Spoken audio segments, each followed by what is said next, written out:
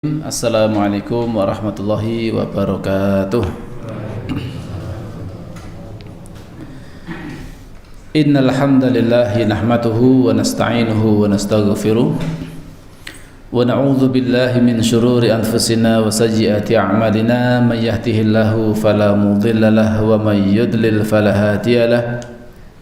Asyhadu an la ilaha illallah wahdahu la syarika lah wa asyhadu anna Muhammadan abduhu wa rasuluhu la nabiyya wa la rasula ba'dah. Usikum wa iyaya nafsi bitaqwallah faqad fazal muttaqun haitsu qala ta'ala fi kitabihil karim. A'udzu billahi minasyaitonir rajim. Bismillahirrahmanirrahim.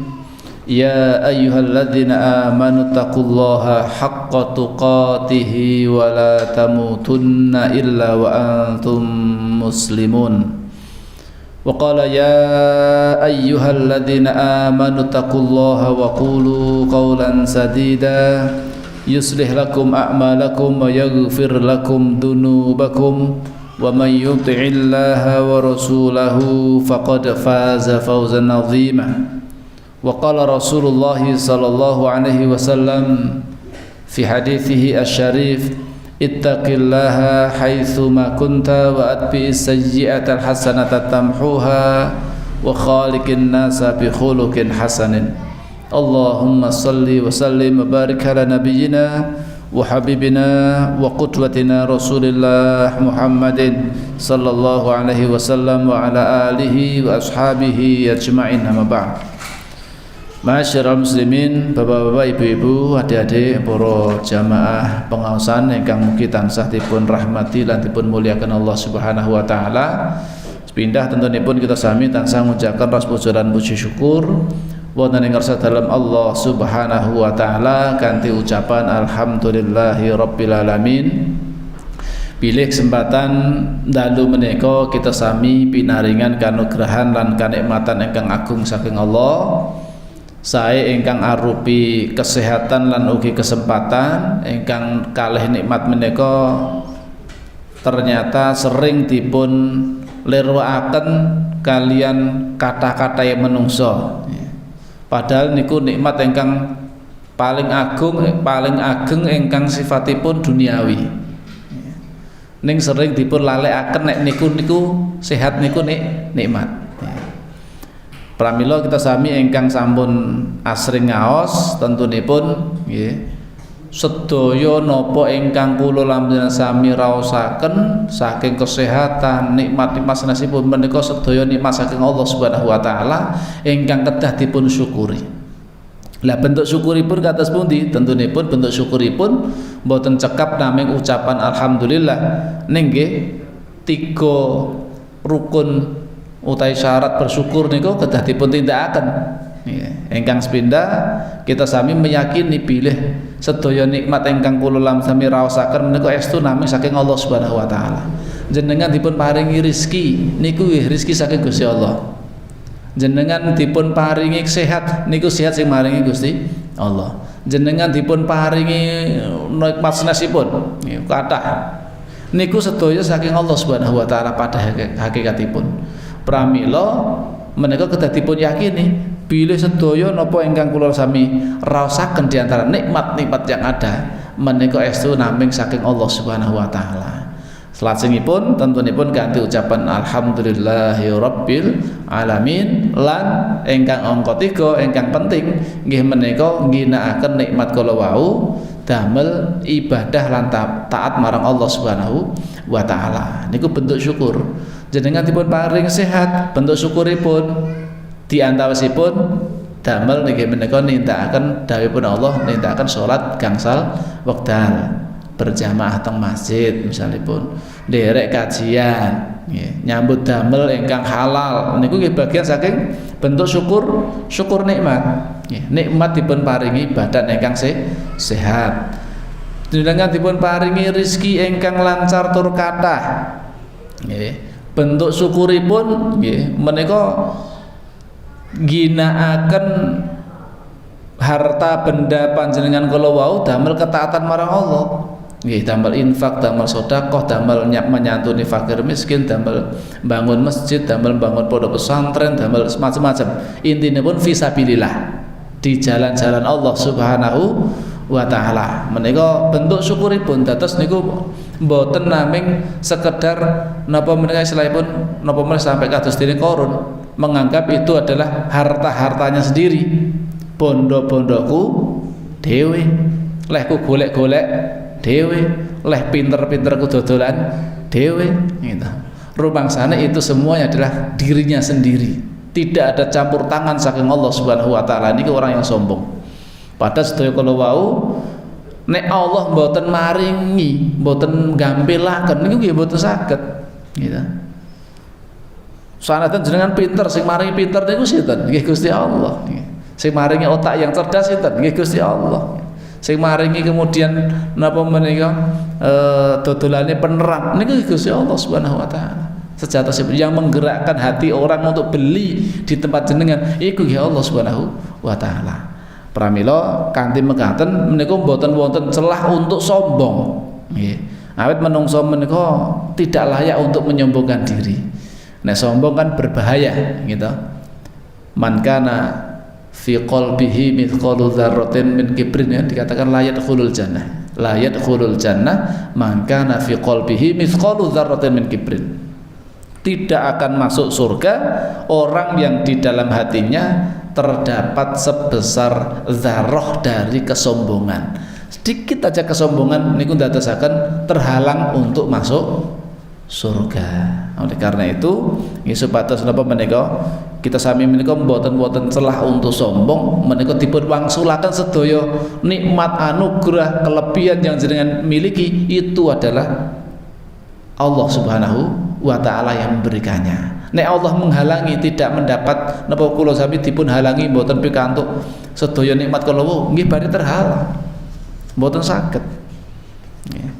Wong ibaratipun tinggal memasukkan makanan ke dalam mulut, nek Allah mboten ngersakaken niku dados rezekine jenengan ya mbuh bicarane tiba kok. Mbuh dipancal apa disamblok kucing napa didodol pitik, direbut pitik ini saged mawon. Padahal mung karek ngemplok ngene ibaratnya. Direbut gitu. Ya akhirnya pun terjatuh, enggak jadi jenengan dahar. Niku saged kemawon. Nggih. Pramila nggih, estu kita sami bersyukur marang Allah ing dalu menika pikantuk kanugrahan ingkang agung lan saged ginakaken nikmat kula damel nggih menika ketatan marang Allah. Di antawisipun menghadiri majelis ilmu, majelis taklim kesempatan dalu menika. Tentunipun menika nedahaken ugi kerawuhanipun panjenengan wonten ing musala menika nedahaken bilih panjenengan sedaya menika dipun paringi nikmat hidayah, nikmat iman. Mugi-mugi saged istiqomah. Amin Allahumma amin. Salam salawat kita aturaken dumateng junjungan kita sami uswah hasanah suri teladan kita sami Rasulullah Muhammad sallallahu alaihi wasallam lan ugi dumateng sedaya penderekipun saking kalangan para sahabat tabi'in, tabi'ut tabi'in saha sedaya umatipun Rasulullah ingkang tansah tresna lan taat marang tuntunanipun dumugi benjang wonten ing yaumil kiamah. Nah, mugi-mugi kita sami kalebet umatipun Rasulullah ingkang mugi samangke estu saged sareng-sareng kali Rasulullah mlebet wonten ing janahipun Allah Subhanahu wa taala. Amin Allahumma amin. Masyaallah muslimin, Bapak Ibu, adik-adik para jamaah pengaosan ingkang dipun rahmati Allah Subhanahu wa taala, kita lajengaken nggih kajian kita nggih menika tasih babakan racun-racun bagi hati. Nek niku racun nggih, ngertos niku racun nggih ampun dipun unjuk, ampun dipun dahar. Mungkin nek dadosaken jenengan sakit niku nek daharan. Lah nek niki dalam kaitanipun kalian racun hati, nek ngertos perbuatan itu menyebabkan hati sakit nggih ampun dipun tindakaken nggih. Kados dene napa misalipun banyak berbicara yang tidak baik nggih. Saking lisan menika ndadosaken napa menika banyak dosa dan maksiat yang dilakukan oleh lisan. Yang ghibah, ya sing misuh-misuh, sing adu domba, fitnah, sumpah palsu, kalimat kekufuran. Niku sedaya niku saking lisan. Nggih, lisan. Pramila dua lubang yang sering menjerumuskan manusia ke dalam api neraka disebutkan sama Rasulullah itu adalah kemaluan dan mulut, ya. Mulut dan kemaluan itu yang paling sering menjadikan orang terjerumus di ke dalam api neraka. Napa malih di atasipun ingkang sampun dibahas rumiyin nggih menika banyak memandang secara berlebihan, ya, banyak memandang, ya, memandang secara berlebih-lebihan niku nggih ndadosaken bahaya, saged meracuni hati. Napa enggak boleh kita menyaksikan atau memandang keindahan alam semesta? Boleh, gitu. Boleh jenengan menyaksikan, dipun paringi paningalan sing sehat untuk menyaksikan dan mentadaburi napa menika tanda-tanda kebesaranipun Allah Subhanahu wa taala. Boleh, tapi yang niku wau yang diperbolehkan, yang dihalalkan menawi pandangan ingkang dipun haramaken ya ampun, gitu. Karena itu akan menjadikan napa menika hati itu berpenyakit, hati itu menjadi sakit, yeah. Banyak memandang berlebih-lebihan, pokoknya sesuatu yang berlebihan mesti boten sae. Jenengan dahar, saya boten dahar niku, saya sing daharan sebenarnya halal, thayyib. Nek kakean, saya napa boten sae. Jenengan ngunjuk bagus, ya, untuk menghilangkan dahaga. Nek kekataan leh ngunjuk niku nggih mboten sae. Mesti nang weteng ya rasane kumpluk-kumpluk jangan melampah nis kupluk-kupluk gitu. Napa kemawon nek niku berlebihan, bahkan dalam ibadah nek sampai kemudian berlebih-lebihan nggih. Berlebih-lebihan dalam ibadah niku sae mboten gitu-gitu. Mboten sae gitu. Berlebih-lebihan nggih. Sak madya nggih sesuai dengan kemampuan kita. Enten kan tiga sahabat niku berlebih-lebihan dalam ibadah karena memandang Rasulullah aja yang dijamin ibadahnya masih kayak gitu. Wah, saya berarti harus, akhirnya ada tiga orang bersumpah kalau gitu saya tidak akan saya akan berpuasa terus, nggak akan berbuka. Yang kedua bersumpah saya akan sholat sepanjang malam, nggak akan tidur. Ini kan berlebih-lebihan betul Pak? Berlebih-lebihan, ya. Karena mata juga punya hak, badan punya hak untuk istirahat. Yang ketiga nggak mau kalah juga. Saya tidak akan menikah dengan wanita. Wah, sumpahnya aku rarek nikah. Wah, ternyata itu mireng Rasulullah mireng. Pangandikanipun para sahabat kalau langsung dipun tegur kali Rasulullah. Saya itu orang yang paling takwa di antara kalian. Meskipun begitu, saya berpuasa tapi saya juga berbuka. Yo kadang poso, kadang mboten poso, ngoten lho. Dados mboten kok terus poso ngedur setiap hari, ora leren-leren ndak. Maksimal poso niku kados dene posone Nabi Daud, nggih, setunggal berpuasa, setunggal hari berbuka. Niku puasa yang paling baik sudah. Enggak ada yang lebih baik lagi dari situ. Alias berarti nek terlalu lebih berarti kan setiap hari berpuasa niku malah mboten sae. Terlalu berlebihan. Ya udah, nek kalau pengen maksimal seneng poso kados dene Nabi Daud. Nah, niku nek mboten rada sedengan melih Senin, Kamis. Nek rada sedengan melih sebulan 3 kali puasa napa menika? Ayamul Bil, ya, hari-hari putih maksudnya bulan purnama ya, tanggal 13, 14, 15 setiap bulan. Ya. Neng tanggal 13, 14, 15 niku bulan niki. Bulan apa menika mboten bulan Januari, Februari, Maret mboten. Ya. Tapi penanggalan bulan Komariah. Ya. Misalipun Dzulhijjah, ya, Muharram dan seterusnya niku. Itu ada setiap 3 Dzulhijjah tanggal 13 mungkin saya tasrik, ya, belum diperbolehkan. Di bulan-bulan yang lain tanggal 13, 14, 15 maka itu disunahkan untuk berpuasa 3 hari itu, ya, itu barang siapa puasa itu 3 hari dalam setiap bulan itu seolah-olah jenengan pun poso sepanjang tahun gitu, karena pahala itu kan dilipat gandakan 10 kali lipat. Lah nek kalau jenengan posone 3 dino berarti kan seolah-olah jenengan poso ya, 1 bulan itu berarti kan 30 hari gitu. Sudah 30 gitu kan. Berarti seolah-olah jenengan pun poso ya sepanjang tahun itu berpuasa terus seolah-olah gitu kan. Cukup dengan 3 hari. Itu sudah ada syariatipun ngoten niku, tidak terlalu memberatkan. Nek terlalu berlebihan mesti mboten sae. Nggih. Mengke akhiripun nek wis kadung pol-polan, ya namanya tenaga usia itu mempengaruhi. Semakin tua nanti semakin lemah, gitu. Tua setelah ngoyo-ngoyo bar itu malah ya akhirnya pun futur, akhirnya pun malah meninggalkan amal. Karena apa? Terlalu berlebih-lebih, terlalu bersemangat. Nanti pas jeglek jatuh, akhirnya pun meninggalkan amal tersebut. Ya.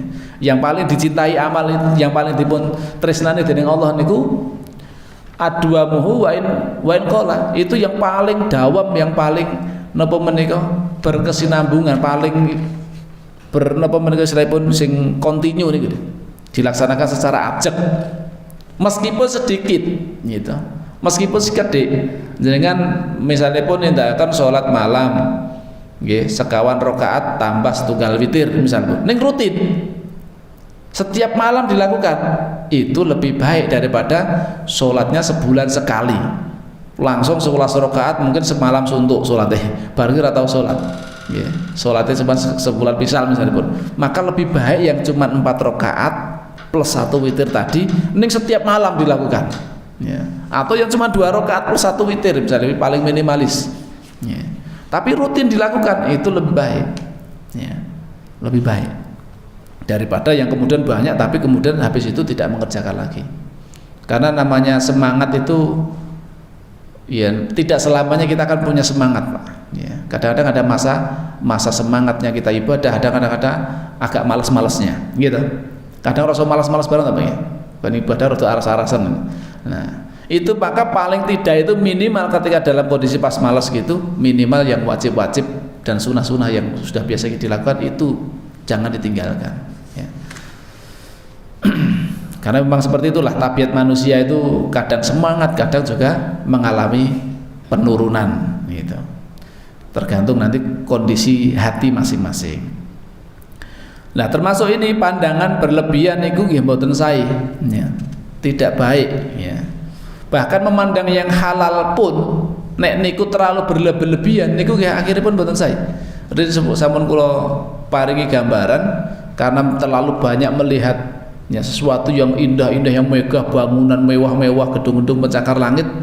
Ya, akhirnya angan-angannya mulai bermain. Seandainya saya bisa seperti itu, seandainya nanti saya seperti itu, seandainya saya punya gedung yang seperti itu, seandainya saya punya rumah yang seperti itu. Nah, ini kan akhirnya panjang angan-angan, menyiksa batin sendiri.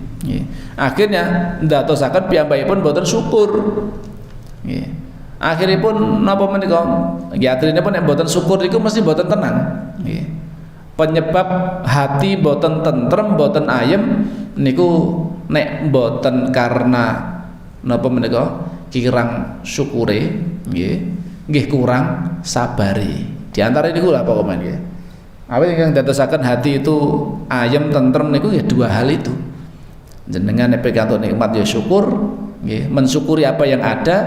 Kemudian nek jenengan pikantuk musibah niku saged sabar. Niku ingkang dadosaken hati kula sami menika malah kula sami menika dados ayem lan tentrem.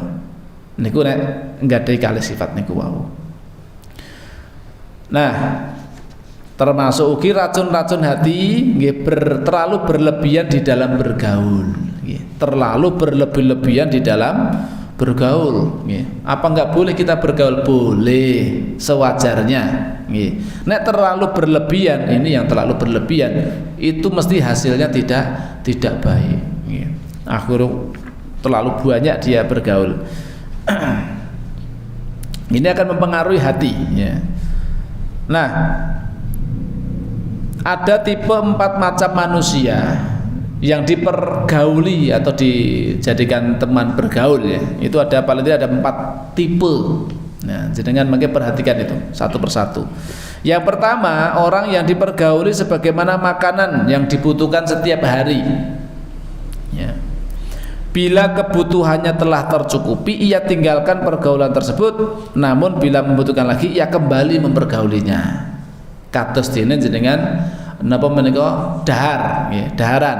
Jenengan nek pas luwe nggih lapar, makan, butuh makanan itu. Nek pun kenyang, Nggih mboten dahar melih, pun kenyang kok.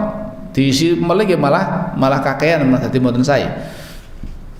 Mungkin nek jenengan lapar melih, makan lagi, mendatangi lagi. Ada tipe orang yang seperti itu dipergaulinya. Jenis pergaulan ini lebih mulia daripada sulfat merah. Maksudipun mereka ialah para ulama yang mengetahui Allah, perintahnya, serta tipu daya musuhnya, dan penyakit-penyakit hati berikut obatnya. Intinya pun niku para alim ulama, ya, tiang-tiang ingkang soleh. Iku yang di napa menika dipun ya pergauli seperti itu, seperti makanan tadi. Ya. Mereka ialah orang-orang yang memberi nasihat bagi Allah, kitabnya dan rasulnya, dan semua makhluknya.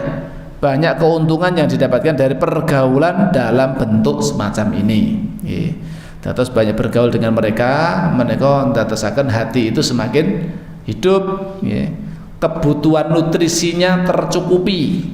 Nen jenengan semakin jauh saking tiang soleh, apalagi ada yang mengatakan 40 hari kok telinga kita nggak pernah mendengarkan nasihat, niku ndadosaken ati niku dados atos. Dados ternyata kebutuhan sami menika mendengarkan nasihat, tausiah, kajian niku ndadosaken hati menika niku lembut, butuh niku. Ini dados gizi bagi hati. Niku makanan bagi hati ya niku gizinipun. Tausiah, nasihat, mirengaken napa menika Al-Qur'an dan seterusnya. Niku gizi bagi hati. Nek mboten nate midhangetaken nasihat sampai 40 hari blas ra tau krungu nasihat, berarti ora jumatan barang, kan itu. Nek jumatan mungkin turu. Dados mboten mireng gitu. Jenenge pas jumatan turu kan ya ora krungu to, Pak. Nggih. Maka innal hamdalillah nahmaduhu kelakapan gitu. Wis mulai mukadimah, mulai turu. Pun rasa sadar ngerti itu komat. Loh, komat jebule gitu. Jenggelek lagi wis komat gitu. Nah berarti kan mboten mireng nasihat ngoten. Lah niku ndadosaken apa? Hati ini pun dados keras. Nggih. Atos. Nek mboten nate midhangetaken nasihat. Pramila nasihat niku penting sekali. Fadzakir fa inna dzikra tanfaul mukminin niku ya ayatipun. Berilah peringatan karena sungguhnya peringatan itu akan memberi manfaat bagi orang-orang yang atau bermanfaat untuk orang-orang yang beriman ya. Kalau untuk orang-orang beriman diberi nasihat apapun itu pasti akan membawa manfaat yang baik. Sanadyan nasihat niku pun diulang-ulang pun sering midhangetaken, sering mendengar, nek damel tiyang ingkang beriman itu bermanfaat. Nggih. Rasulullah sering dimintai wasiat nasihat, ya. Dimintai nasihat dimateng para sahabat. Nasihatipun kadang-kadang simpel. Rasulullah maringi nasihat mboten dawa, mboten simpel, ya. Ketika ditanya, ya, aus ini, ya, jawabane la taghdab, aja nesu. Wis ngoten niku tok. Aja nesu. Jawabane ngoten niku. Farad dada miroran diulang berkali-kali jawabane tasih sami. La taghdab, aja nesu. Kan singkat. Ya. Enten mulai Rasulullah ngendika paring nasihat min husni islamil mar'i tarkuhu ma la ya'nihi. Singkat padat, nggih. Napa menika di antara tanda kebaikan keislaman seseorang itu adalah meninggalkan hal-hal yang tidak bermanfaat. Sing ra manfaati damel panjenengan untuk hidup dunia jenengan ataupun akhirat jenengan itu ditinggalkan. Itu di antara tanda baiknya keislaman seseorang. Terus mboten larut dalam dunia yang lagwun, yang sia-sia, ya, tenggelam dalam hal yang kesia-siaan, itu tidak akan seperti itu. Kalau semakin baik Islamnya seseorang, dia tidak akan larut dengan hal-hal yang menjadikan hidupnya sia-sia. Ora migunani nggo donyane ya ora migunani nggo akhirate niku lagwun. Nggih. Nggo donyane ra enek manfaate, nggo akhirate napa melih gitu. Nggih boten bermanfaat, maka itu harus ditinggalkan yang seperti itu. Niki tipe yang pertama, nggih. Dibutuhkan setiap hari. Ya, dibutuhkan setiap saat kita butuh. Maka setiap saat kita butuh nasihat orang-orang yang soleh, orang yang alim dan seterusnya. Yang kedua, orang yang dipergauli sebagaimana obat yang dibutuhkan setiap kali kita sakit, gitu.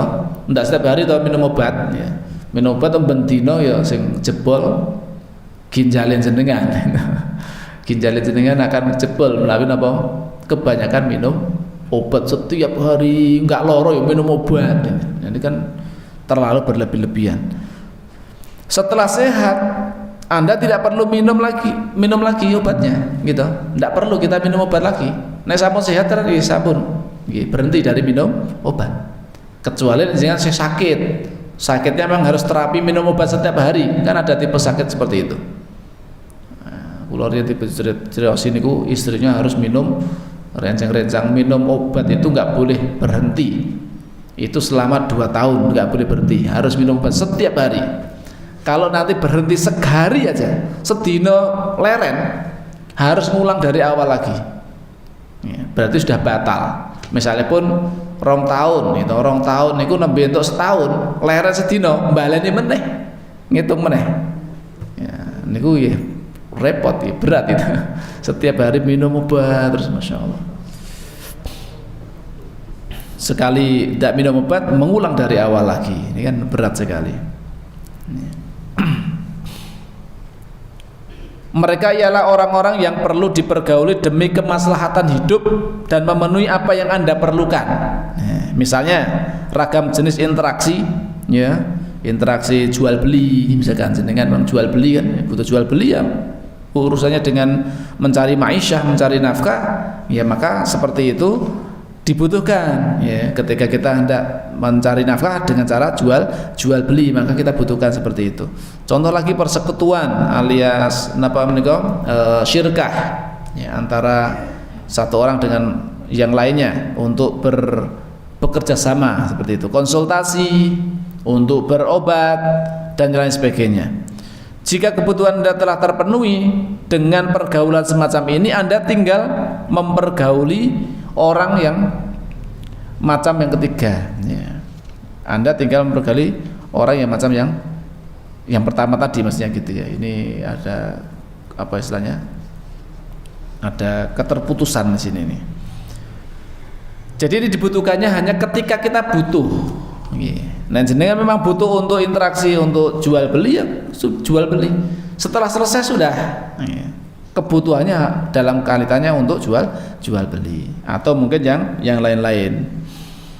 Yang ketiga, orang yang dipergauli sebagaimana penyakit dengan ragam jenis tingkatan kekuatan dan kelemahannya.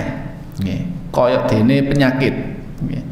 Di antara orang yang semacam ini ada orang yang dipergauli seperti penyakit kronis dan ada pula yang seperti penyakit menahun.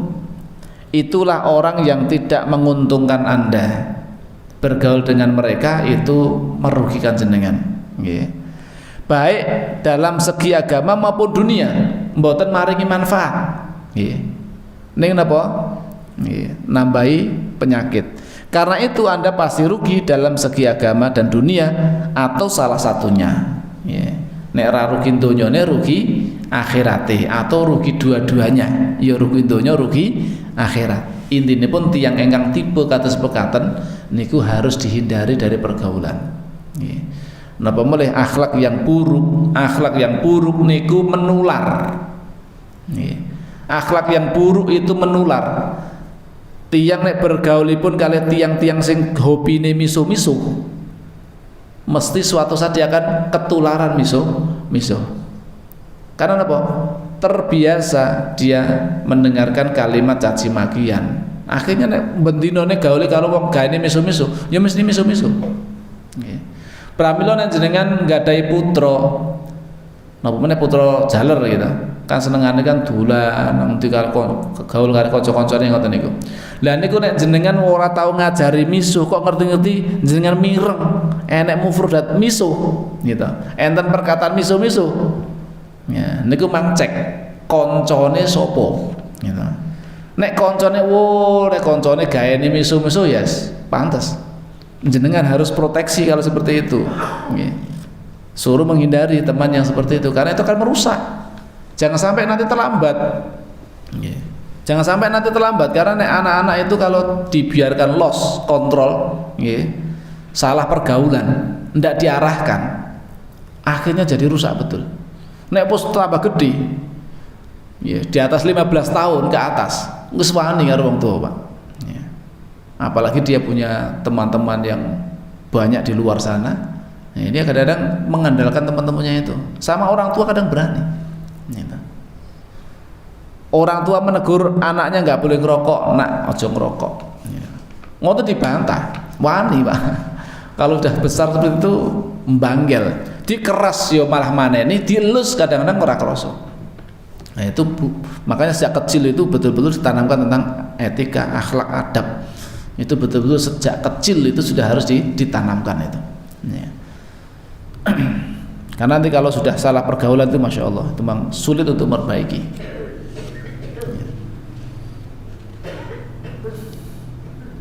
Maka yang semacam ini harus kita tinggalkan, ya. Ada pula yang dipergauli seperti penyakit gigi geraham yang sangat menyakitkan. Jika penyakit tersebut hilang, redalah rasa sakitnya, gitu. Gini, lorone hilang ya berarti kan penyakitnya ra enak, berarti kan ya semari kan itu ya. Orang-orang semacam ini juga harus ditinggalkan. Ada pula yang harus dipergauli seperti orang-orang yang bodoh, tidak baik bila berbicara sehingga ia bisa diambil manfaatnya, ya, nggak bisa diambil manfaatnya maksudnya. Sebaliknya, tidak baik bila diam sehingga ia mengambil manfaat darimu. Selain itu, ia tidak tahu posisinya akan dirinya itu ada di mana. Bahkan bila berbicara sangat menohok hati, ya, ia kagum dan senang dengan kata-katanya. Sementara jika diam, hal itu lebih berat daripada baling-baling besar yang tidak mampu dibawa dan ditarik di atas tanah. Intinya, bergaul dengan orang yang tak terjangkiti kebodohan ialah sebuah keharusan.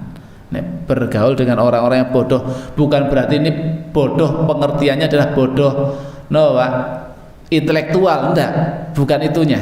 Tapi orang yang bodoh karena nggak tahu mana yang baik dan mana yang buruk, sehingga dia sering kemudian terjerumus dalam keburukan, terjerumus dalam kemaksiatan, ya, melakukan hal-hal bodoh yang itu bisa mencelakakan untuk dunianya bahkan juga untuk akhiratnya. Maka orang-orang yang seperti itu mestinya ditinggalkan agar enggak ketularan, nggih.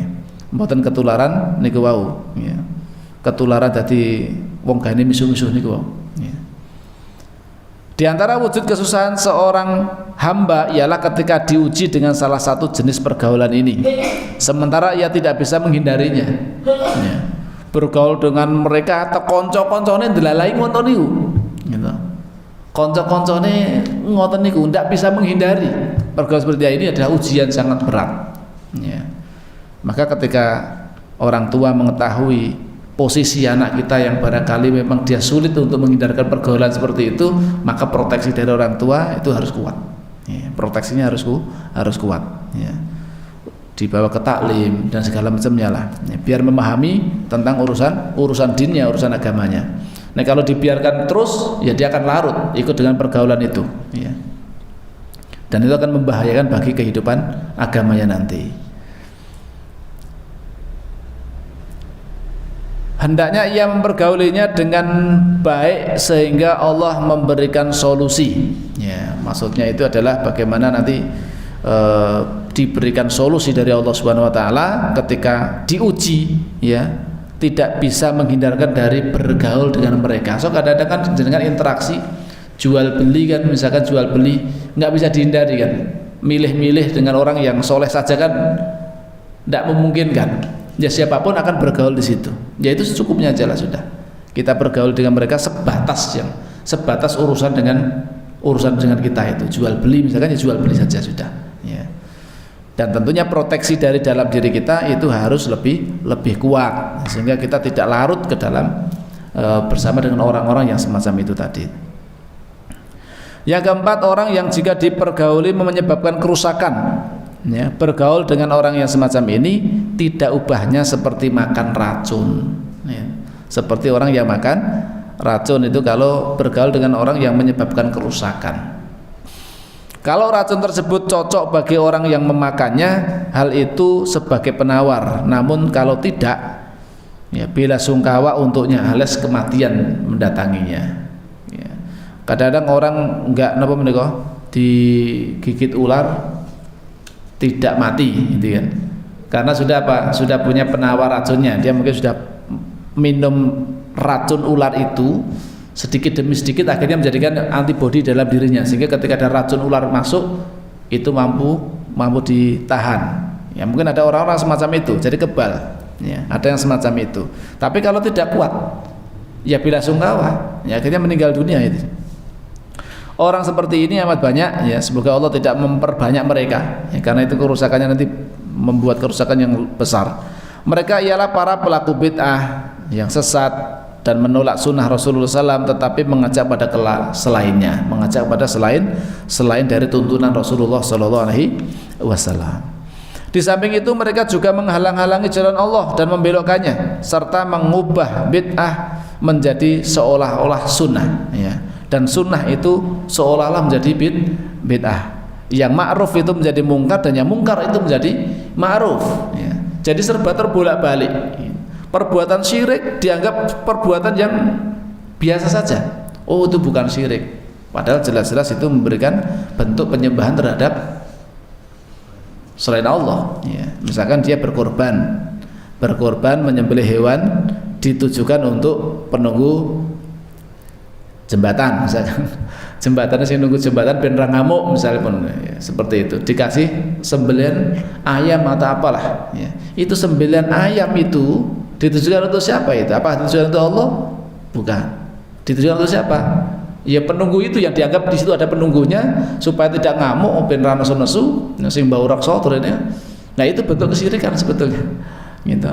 Dia berkorban untuk selain Allah Subhanahu wa ta'ala, tapi dianggap itu bukan syirik, itu hanya tradisi dan seterusnya. Kan ada yang begitu, tradisi misalkan melarung kepala kerbau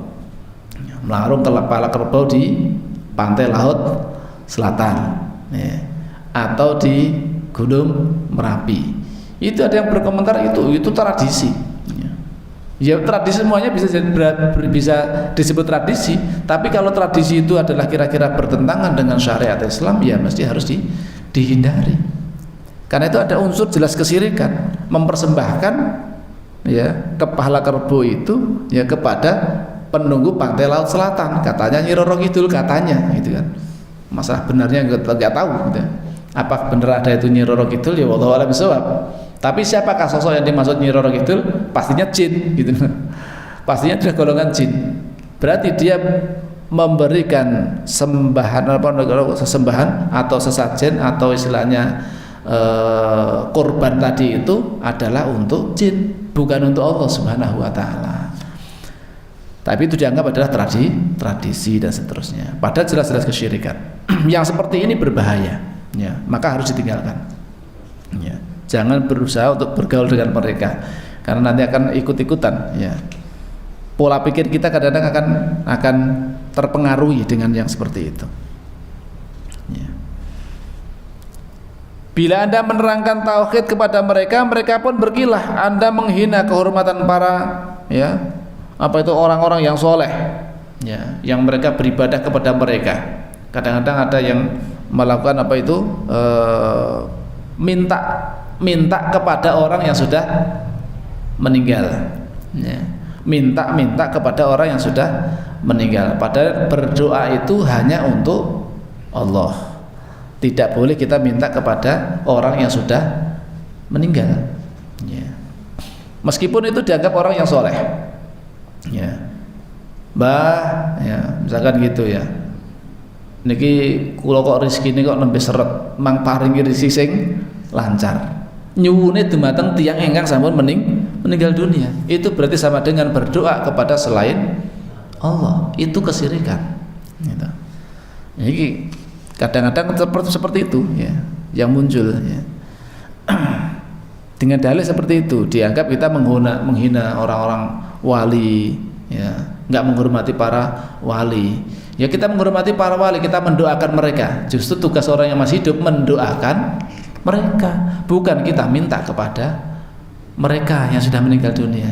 Kalau mereka orang solehnya masih hidup, monggo boleh jenengan datangi pada orang yang soleh, ya, Pak Yai tolong didoakan, kula didongake sak keluarga dipun paringi sehat. Didongake ndak apa-apa, boleh. Minta doa pada orang soleh. Para sahabat biasa minta doa kepada Rasulullah, ndak ada masalah. Ning Rasulullah masih hidup, ngoten gitu. Minta doa ndak apa-apa. Ya, itu kebiasaan orang-orang soleh juga begitu, minta didoakan, tolong doakan saya, doakan saya. Nah, itu ndak apa-apa untuk orang yang masih hidup.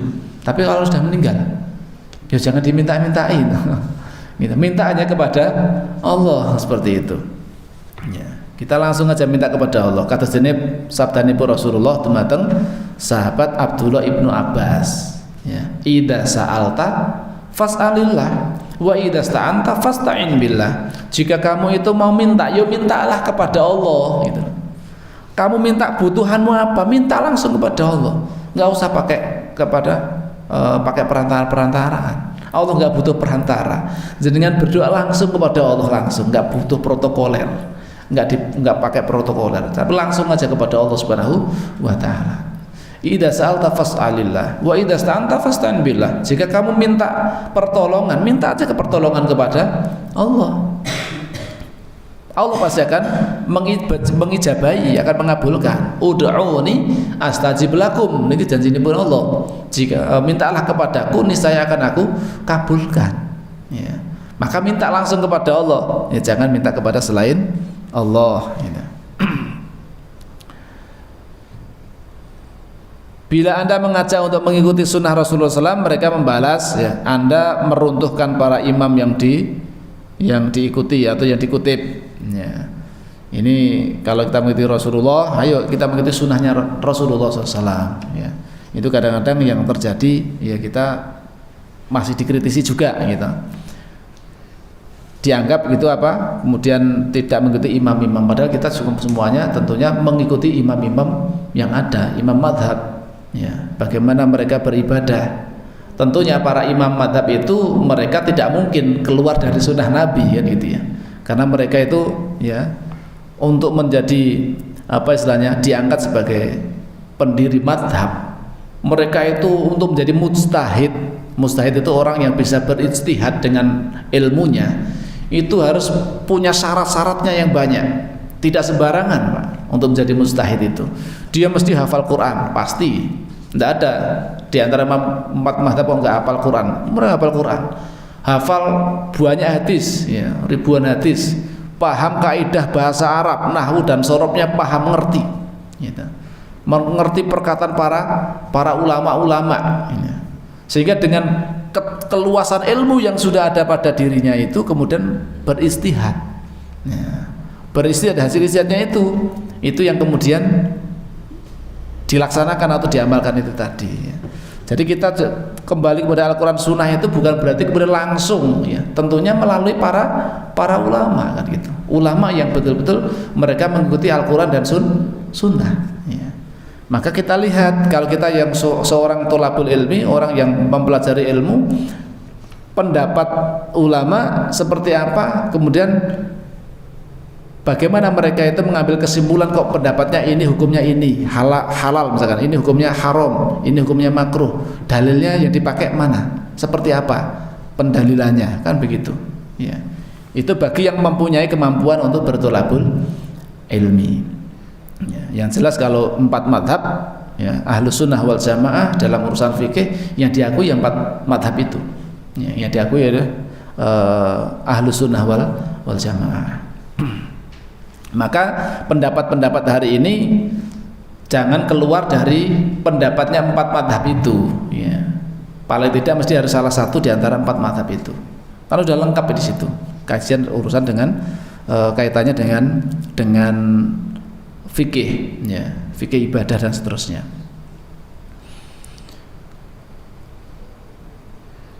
Dan yang lain-lain. Maka orang-orang yang kemudian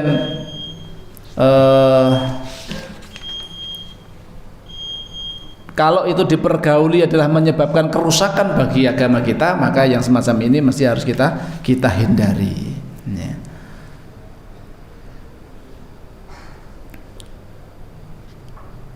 Sedikit saya tambahkan, ada beberapa athar. Abdul Razak meriwayatkan dari Ma'mar, ia bercerita Tawus pernah duduk bersama anaknya dengan posisi di sebelahnya. Lalu datang seseorang dari kaum Mu'tazilah, ya, dan berbicara tentang sesuatu. Tawus menutupi telinganya dengan kedua jarinya seraya berkata, "Nak, tutup telingamu dengan kedua jarimu agar tidak mendengar apa yang ia ucapkan." Ya. Sebab hati itu lemah. Ya. Ia mengulangi, "Anakku, tutup telingamu." Tawus tak henti-hentinya berkata, "Tutup telingamu," hingga orang itu pergi. Ya. Karena sudah diketahui ini nanti perkataannya hanya akan merusak pikiran atau hati dari anak saya. Ketika mendengar itu, ya akhirnya menjadi hatinya itu akan terpengaruh. Maka suruh menutupi telinganya. Karena sudah jelas-jelas itu diketahui dari golongan Mu'tazilah, ya, yang bertentangan dengan Ahlus Sunnah wal Jamaah. Maka kemudian suruh nutupi telinganya, ya. Sama ini halnya dengan nalika jenengan bergaul dengan orang-orang yang memang itu akan merusak agama kita, maka lebih baik untuk kita tinggalkan. Ya. Saleh Al-Musa berkata, seseorang datang kepada Ibnu Sirin dan aku melihatnya. Lalu ia mulai berbicara tentang qadar, tentang takdir Allah Subhanahu wa taala. Maka Ibnu Sirin berkata, "Anda yang pergi atau kami?" Ya, Anda yang pergi atau kami? Maksudnya kalau Anda nggak mau pergi, kami akan pergi. Karena sudah jelas-jelas ini napa menika sudah mengetahui orang ini perkataannya nanti akan merusak ini. Kalau sudah mengetahui perkataannya akan merusak seperti itu, jenengan punya kadarnya kalau nanti kira-kira saya berkomunikasi justru akan terpengaruh, ya lebih baik ditinggalkan seperti itu. Tapi jenengan itu mampu untuk kemudian menyadarkan mereka, ya, sebagaimana dilakukan oleh Abdullah ibnu Abbas ketika menemui sekitar ribuan yang itu menjadi kelompok Khawarij. Kelompok Khawarij itu mengkafirkan Imam Ali dan juga mengkafirkan Muawiyah, ya. Mereka berkumpul, dikatakan Imam Ali sudah murtad, ya, karena berhukum kepada manusia. Abdullah ibnu Abbas mendakwai mereka, separuh mereka kemudian tercerahkan, akhirnya kembali, dan yang sebagian lagi mereka tetap dalam pendirian mereka, ya. Itulah yang kemudian mereka melakukan pembunuhan terhadap Imam Ali radhiyallahu anhu, dikarenakan mereka menganggap Imam Ali telah keluar dari Islam. Ini kan luar biasa, nggak tanggung-tanggung. Yang mendakwai adalah ulamanya para sahabat, yaitu Abdullah ibnu Abbas, yang paham betul tentang tafsir Al-Quran, yang mereka sangkakan kepada Imam Ali telah keluar dari Islam. Wa man lam yahkum bima anzalallah fa ulaika humul kafirun. Barang siapa tidak berhukum dengan hukum Allah, berarti mereka telah kafir. Nah, itu dikenakan kepada sahabat Ali radhiyallahu anhu karena dianggap murtad karena telah berhukum dengan manusia, menjadikan dua sahabat Nabi sebagai hakim penengah. Padahal itu juru damai, hakim dalam rangka mendamaikan antara dua belah pihak kaum muslimin yang waktu itu sedang berperang antara Imam Ali dengan Muawiyah. Ini kan untuk perdamaian kan, ya.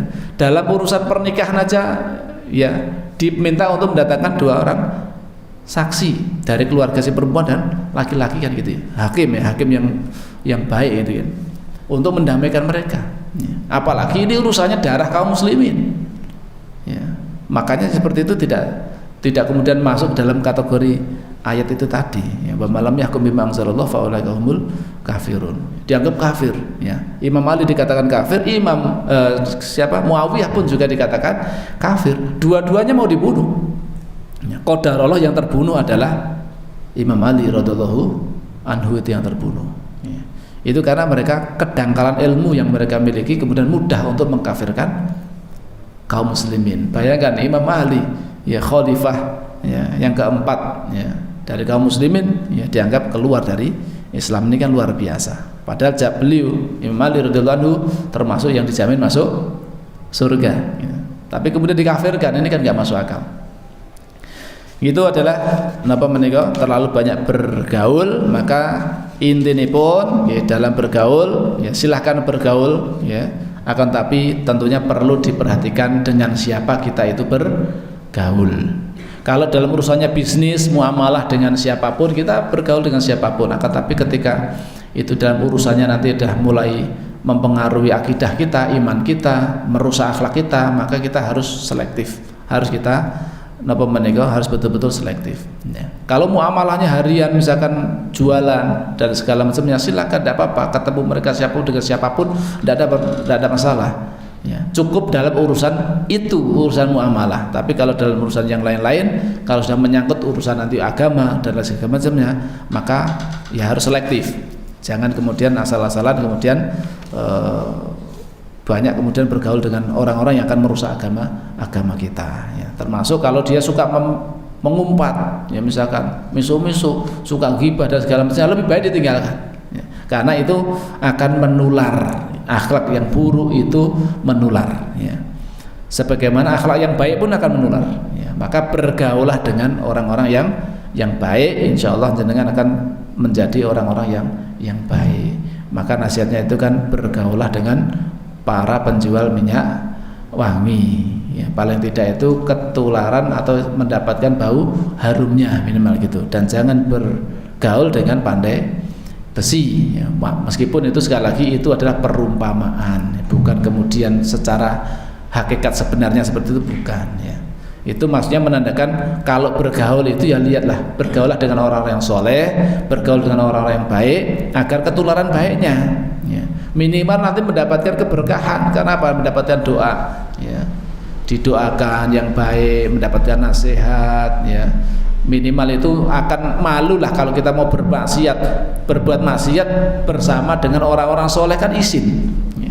Berarti redo nang masjid masa orang masjid dewe kan izin, akhirnya pun lama kelama dia akan terpengaruh.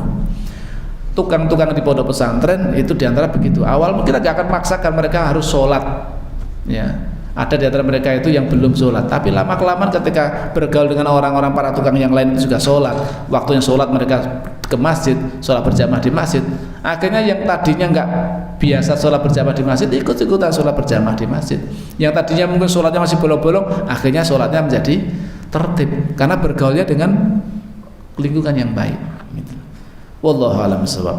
Barangkali itu untuk kesempatan sore hari ini, kaitannya pun kali berlebihan di dalam bergaul, ya.